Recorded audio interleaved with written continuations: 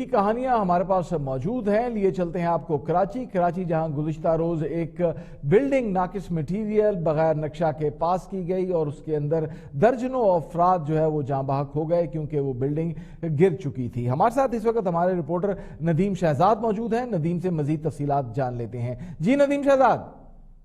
जी, brigade के अंदर जो हंसने वाला एक हादसा रोनवा था जिसमें 5 मंजिला इमारत जो कि 40 गज पर तामीर की जा रही थी, जिसका छठा फ्लोर डाला जा जिसमें हलाकतें हुई थी और उसके अंदर बहुत ज्यादा शदीद जख्मी एक ही खानदान के 9 अफराद भी थे, वो भी उसमें जो है जहाँ बहक हुए थे। इस हवाले से अब ठेकेदार जो था जावेद बिल्डर जो कि लाहौर फरार हो गया था, इसे बकायदा तौर पर गिरफ्तार कर लिया गया, लाहौर से उसे कराची लाया जाएगा। इस हवाले से गुलबार के इलाके के अंदर रिजिया के इलाके के बाहर हाल जो है वहाँ के मकीनों ने एहतजाजन जो सड़क ब्लॉक की हुई है, उनका एहतजाज ये कि हमने तो जगह खरीदी थी, हमें इसके मुतबादल दिया जाए, राइट की जाए, लेकिन ताहाल ट्रैफिक का निजाम भी यहाँ का धर्म भरम है।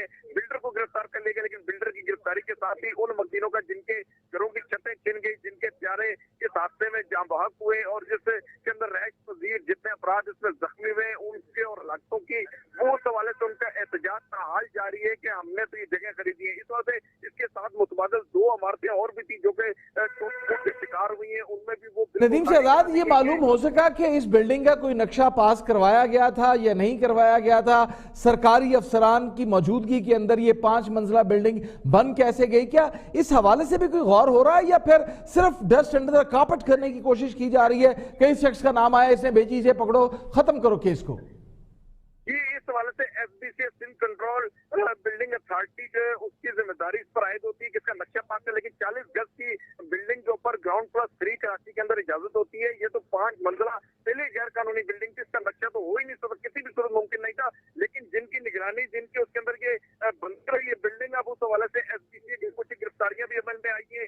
इससे पहले ही वजीर आला सिंध ने भी अहकाम दिए थे और इसमें से 18 जो एसबीसी के अफसरान थे उनकी गिरफ्तारियों के अहकाम भी दिए गए थे और बाकायदा तो उनकी गिरफ्तारी को अमल में ना आ सकी। लेकिन अभी जो है 3 अफराद की गिरफ्तारियां एसबीसी के भी अमल में लाई गई हैं, लेकिन उन तमाम अफसरान को जब हटा दिया गया है तो वो तो उसकी जिम्मेदारी नहीं लेंगे। लेकिन सिंध कंट्रोल बिल्डिंग अथॉरिटी के जेर साया शेल्टर में ताहाल कराची के अंदर इस तरह के जो पोर्शन है, इमारतें, उनकी तामीरात का काम बड़ी तेजी से जारी है। सुप्रीम कोर्ट रजिस्ट्री का काम। अच्छा, एक खबर कुछ ऐसी भी हमें मौसूल हो रही है कि कराची के अंदर सुप्रीम कोर्ट के अहकामात के ऊपर जो बिल्डिंग्स गिराई जा रही हैं उनमें से कुछ बिल्डिंग्स को छोड़ा जा रहा है, कुछ को गिराया जा रहा है। ये क्या चक्कर है? क्या जिसके कोई हाथ पड़ते हैं सियासत के अंदर वो बच रहा है या जिसके पास पैसे हैं वो बच रहा है? गरीब आदमी यहां पर भी रगड़ा जा रहा है।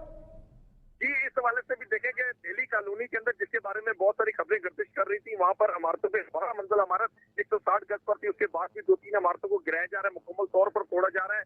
इसके अंदर भी देखें तो पूरे इलाके में लातादाद बिल्डिंगे, लेकिन एसबीसी की कौन सी ऐसी लॉटरी वो निकालते कि वो एक बिल्डिंग को मखसूस टारगेट करते हैं, उसे दिखाया जा रहा है या फिर उन दीगर जब एक लाइन के अंदर तमाम ही बिल्डिंगें नाजायज है, उनकी तामीरात ऊपर नाजायज है, तो उन्हें नहीं गिराया जा रहा।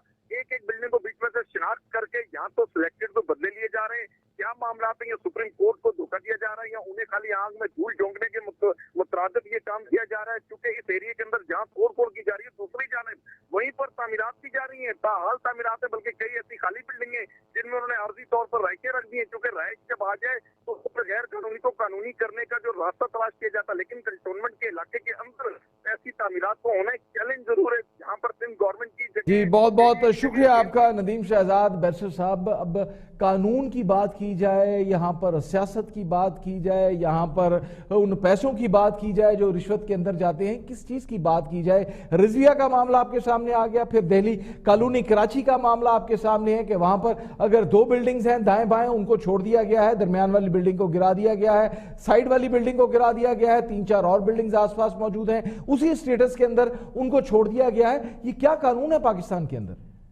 मैं समझता हूँ कि जो डायरेक्शन सुप्रीम कोर्ट की तरफ से रिसेंटली दी गई उसमें तकरीबन 572-600 के करीब बिल्डिंग्स हैं जिनको डेंजरस बिल्डिंग्स करार दिया गया और उनको गिराने का भी हुक्म दिया गया। اب یہ ہماری سیاست کے ساتھ جب ان چیزوں کو مکس کر دیا جائے گا اور سفارشی کلچر اور جس کے ہاتھ ڈلتے ہیں وہ اپنے معاملات کو بہتر بنا لے گا. اچھا ہر صاحب یہاں پہ میں آپ کو تھوڑا سا رکوں گا کہ معاملات سپریم کورٹ کے 2-3 احکامات ہیں. کچھ معاملات انکروچمنٹ سے متعلق ہیں, کچھ معاملات کچی آبادیوں سے متعلق ہیں, کچھ جیسا کہ آپ نے بتایا کہ ڈینجرس بلڈنگز کے حوالے سے ہیں, لیکن قانون کا پیرامیٹر تو ہر کیس کے لیے ایک سا ہونا چاہیے نا. بالکل بالکل, اور اس کے اندر امپلیمنٹیشن کچھ اس طرح سے کی جا رہی ہے کہ جس کو چاہے یہ گرا دیتے ہیں, جس کی پیچھے سے سفارش تگڑی ہے اس پہ کوئی کسی قسم کا ایکشن نہیں لیا جاتا. اب اس کے اندر سندھ بلڈنگ کنٹرول اتھارٹی کے 5 افراد کا نام آیا, ایف آئی آر ہوئی. میں سمجھتا ہوں کہ 3 کو پہلے اریسٹ کر لیا گیا, 2 کو اب اریسٹ کر لیا گیا ہے. تو میں سمجھتا ہوں کہ ان کا کڑا سا کڑا ٹرائل ہونا چاہیے, اور اس ٹرائل میں ان کی نہ صرف کرمنل نیگلیجنس بلکہ ساتھ ہی ساتھ پبلک اور پرائیویٹ پراپرٹی کی جو ڈسٹرکشن ہوئی ہے, جو نقصان ہوا ہے, اور اس کے ریزلٹ میں جو اموات وہاں پہ ہوئی ہیں, ان کا ایک سخت ٹرائل ہونا چاہیے. اور اس ٹرائل کے بعد ایک ایسا پریسیڈنٹ سیٹ ہونا چاہیے جو کہ نہ صرف اس ادارے کے لیے, بلڈنگ کنٹرول اتھارٹی کے لیے, بلکہ باقی محکموں کے لیے بھی ایک پریسیڈنٹ سیٹ ہو جس کے اندر اگر ان کو سزائیں ہوں گی تو باقی جگہ بھی ایکشن لیا جائے گا.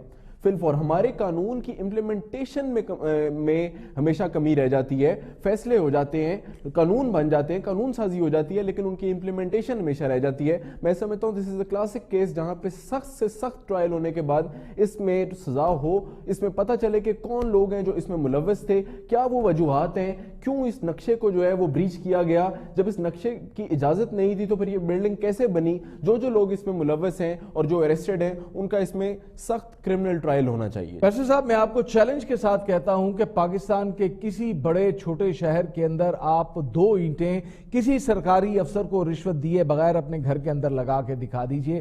یہ میرا چیلنج ہے کہ آپ جو جرمانہ کہیں گے وہ میں دینے کے لیے تیار ہوں, لیکن یہاں پر 5 منزلہ بلڈنگ بن جاتی ہیں اور پوچھنے والا کوئی نہیں. وہ غریب جنہوں نے اپنی تمام تر جمع پونجی ان اپارٹمنٹس اور فلیٹس کے اوپر لگا دی, آج وہ بے آسرا بیٹھے ہیں. سپریم کورٹ نے احکامات دیے, بہت اچھے احکامات تھے, لیکن ان احکامات کی کچھ ذیلی حکم بھی تھے جس کے تحت یہ تمام تر فیصلے جن لوگوں نے کیے, جہاں سے نقشے پاس ہوئے, ان کو بھی کیفر کردار تک پہنچانا تھا. کیا پورے کراچی کے اندر تجاوزات کی ذمہ دار یہ صرف 5 افسران تھے؟ وہ افسران جو ریٹائر ہو چکے ہیں, جو جہاں پر بلڈنگز کے سال پہلے بن چکی ہیں, ان کا احتساب کون کرے گا؟ یہ ایک فرانزک آڈٹ ہونا چاہیے, اس کے لیے ایک بڑی کمیٹی بننی چاہیے تاکہ وہ غریب لوگ جن کے پاس اب سر چھپانے کے لیے چھت نہیں ہے, جنہوں نے اپنے بچوں کا جہیز بیچ کر یہ 2 کمروں کا 1 کمروں کا اپارٹمنٹ لیا تھا, ان کا کوئی پرسان حال ہونا چاہیے, ان کے ساتھ ہونے والے ظلم کا کوئی نہ کوئی مداوع ہونا چاہیے تھا. اگلی